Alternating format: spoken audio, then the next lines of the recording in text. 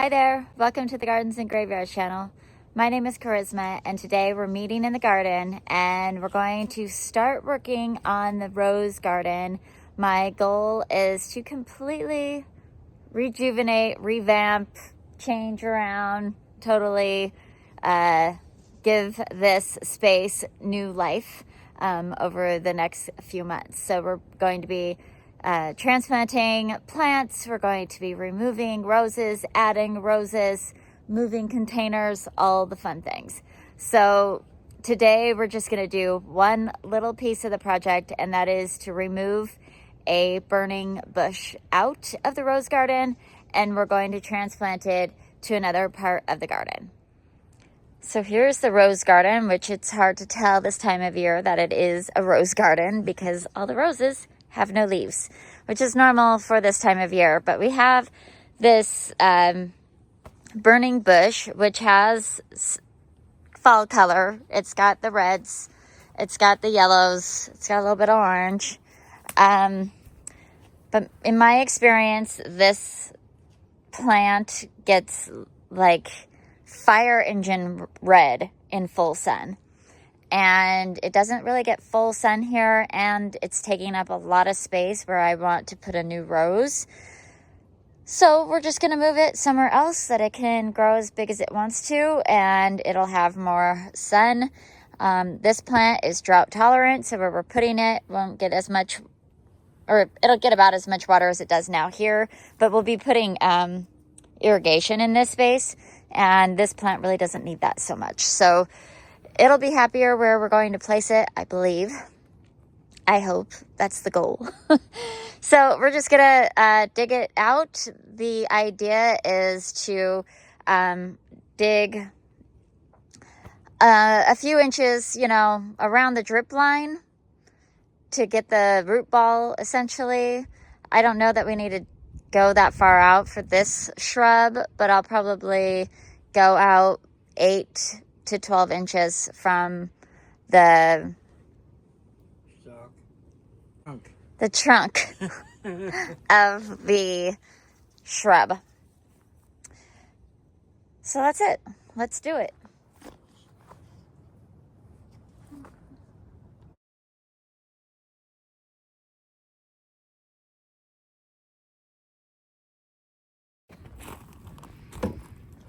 All right, there it is in its new home. It looks beautiful here. We'll do a little bit of cleanup with the red hot pokers and weed this, this winter. That's not as important as getting these plants transplanted before it freezes. But I think it's gonna look really great here. There is a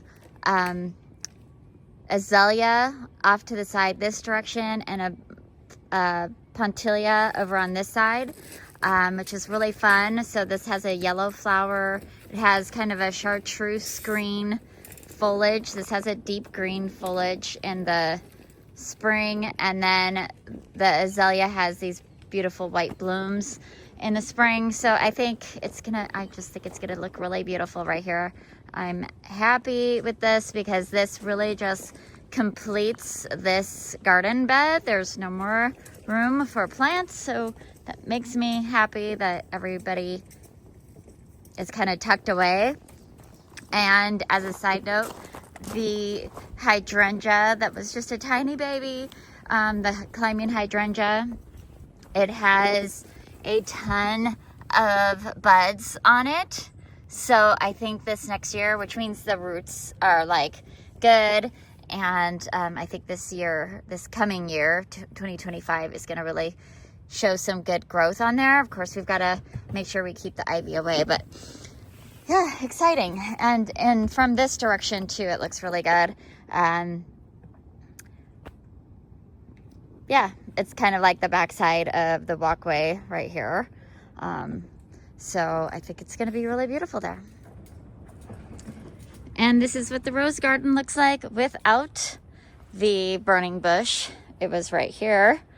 And then we have 4 roses right here that just struggle really hard. They are just a well, no, there's 5. There's 1, 2, 3, 4, 5.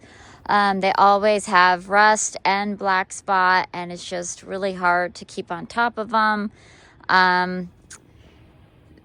Landscape roses work way better in our climate, so we're going to be replacing almost all of them with landscape roses.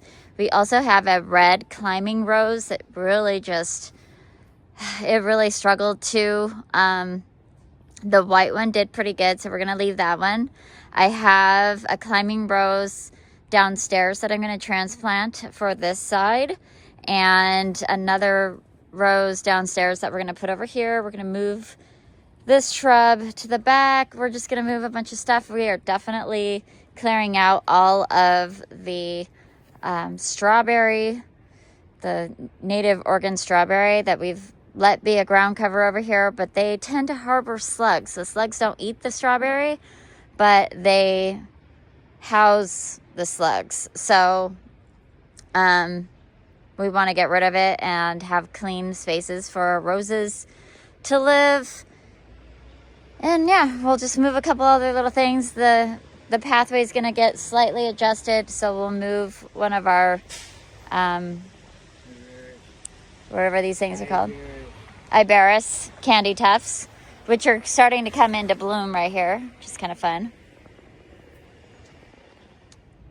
So I updated my phone 2 days ago, and since then I've been having a little trouble with my camera shutting off, and I use my phone almost exclusively for filming YouTube videos.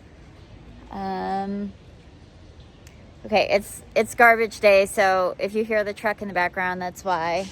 I was waiting for it to leave, and it was quiet until I started filming again. So I updated my phone, and what I'm finding is that one of my messenger apps is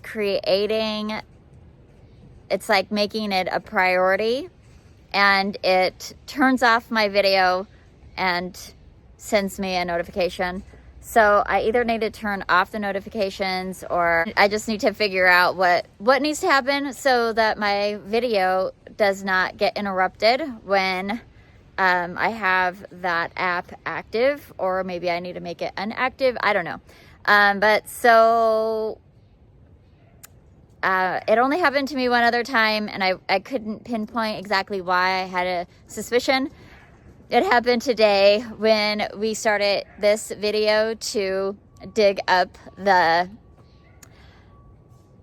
burning bush. And I thought it was still going when I just moved the camera over to the space where we moved the shrub. So I didn't actually capture us digging it out or putting it in, but it was actually very easy to dig up.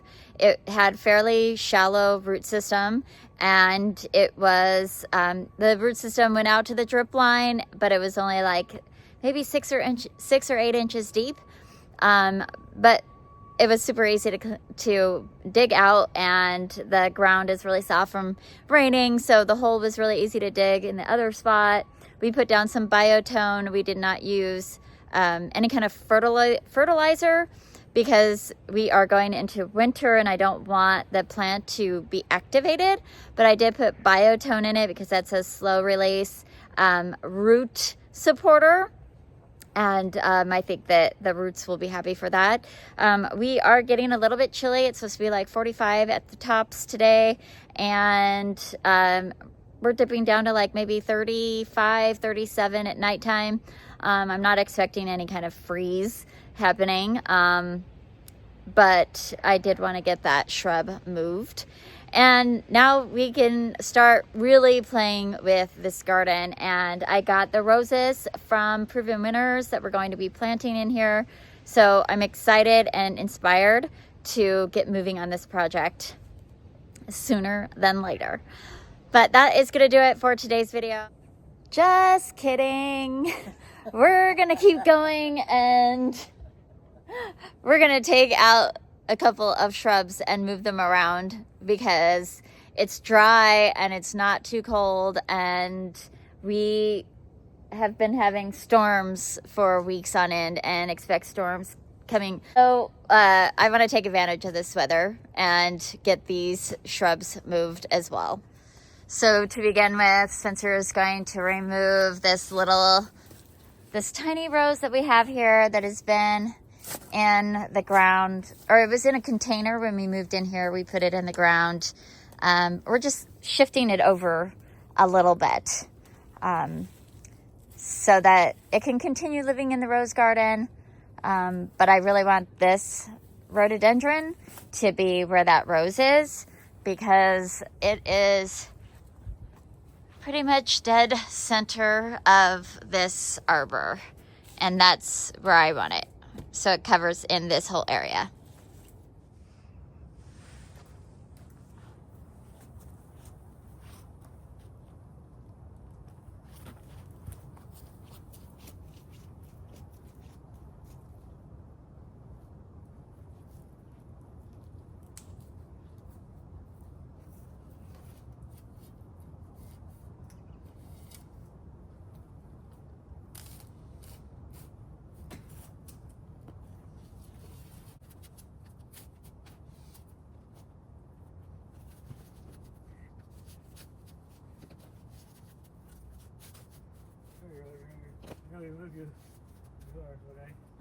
Sorry, Rose.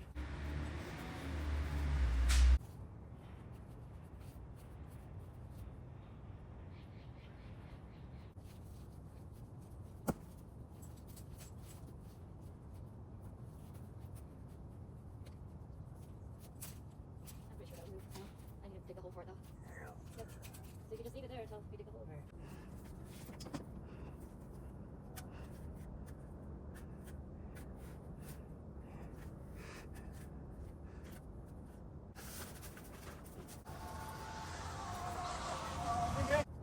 Don't put it on the dirt, but I'm gonna have to backfill this pile. Okay. Please.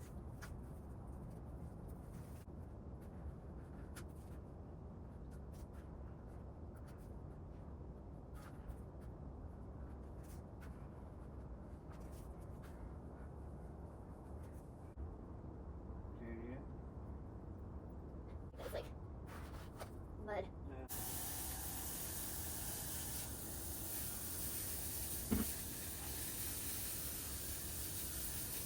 There we go. I love it. Really hard to kind of see it on video, but let's see if I can get a little closer in here.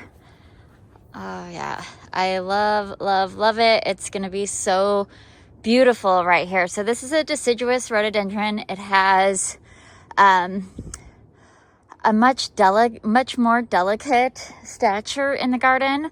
The branching is absolutely beautiful in the wintertime, and it gets a little tinge of fall color, but it's really not known for the fall color. So you could see when it gets a little something, but mostly it blooms in the spring, and it has like this sunset coral color, and it smells really good. It really fills in this space underneath the arbor perfectly. It will get a little bit taller, so I anticipate it kind of covering the window and the gutter, and you're not really going to see the house so much. And oh God, I just think it's going to be so beautiful right there. I'm really happy with that decision. And then we just move the rose over a little bit, just kind of snug in there.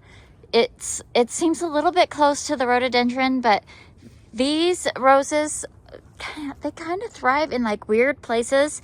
And I've noticed that if they're planted with a tree or shrub, they because they grow so spindly, they're like really old roses. You don't notice how spindly they are because the foliage of the plant nearby kind of fills in the space. But then they have the sweetest little blooms. You could see this little sweet bloom. I will cut this back probably sooner than later. I normally cut them back in January, but because we're going to be doing a bunch of stuff with the roses, we'll just be tending to them all in the next couple of weeks. We put a little bit of compost on them, pulled the strawberries around each one of them. That will be an ongoing battle, but we'll just keep getting after all the strawberries. Oh yeah, I'm loving that already. I'm so happy with it.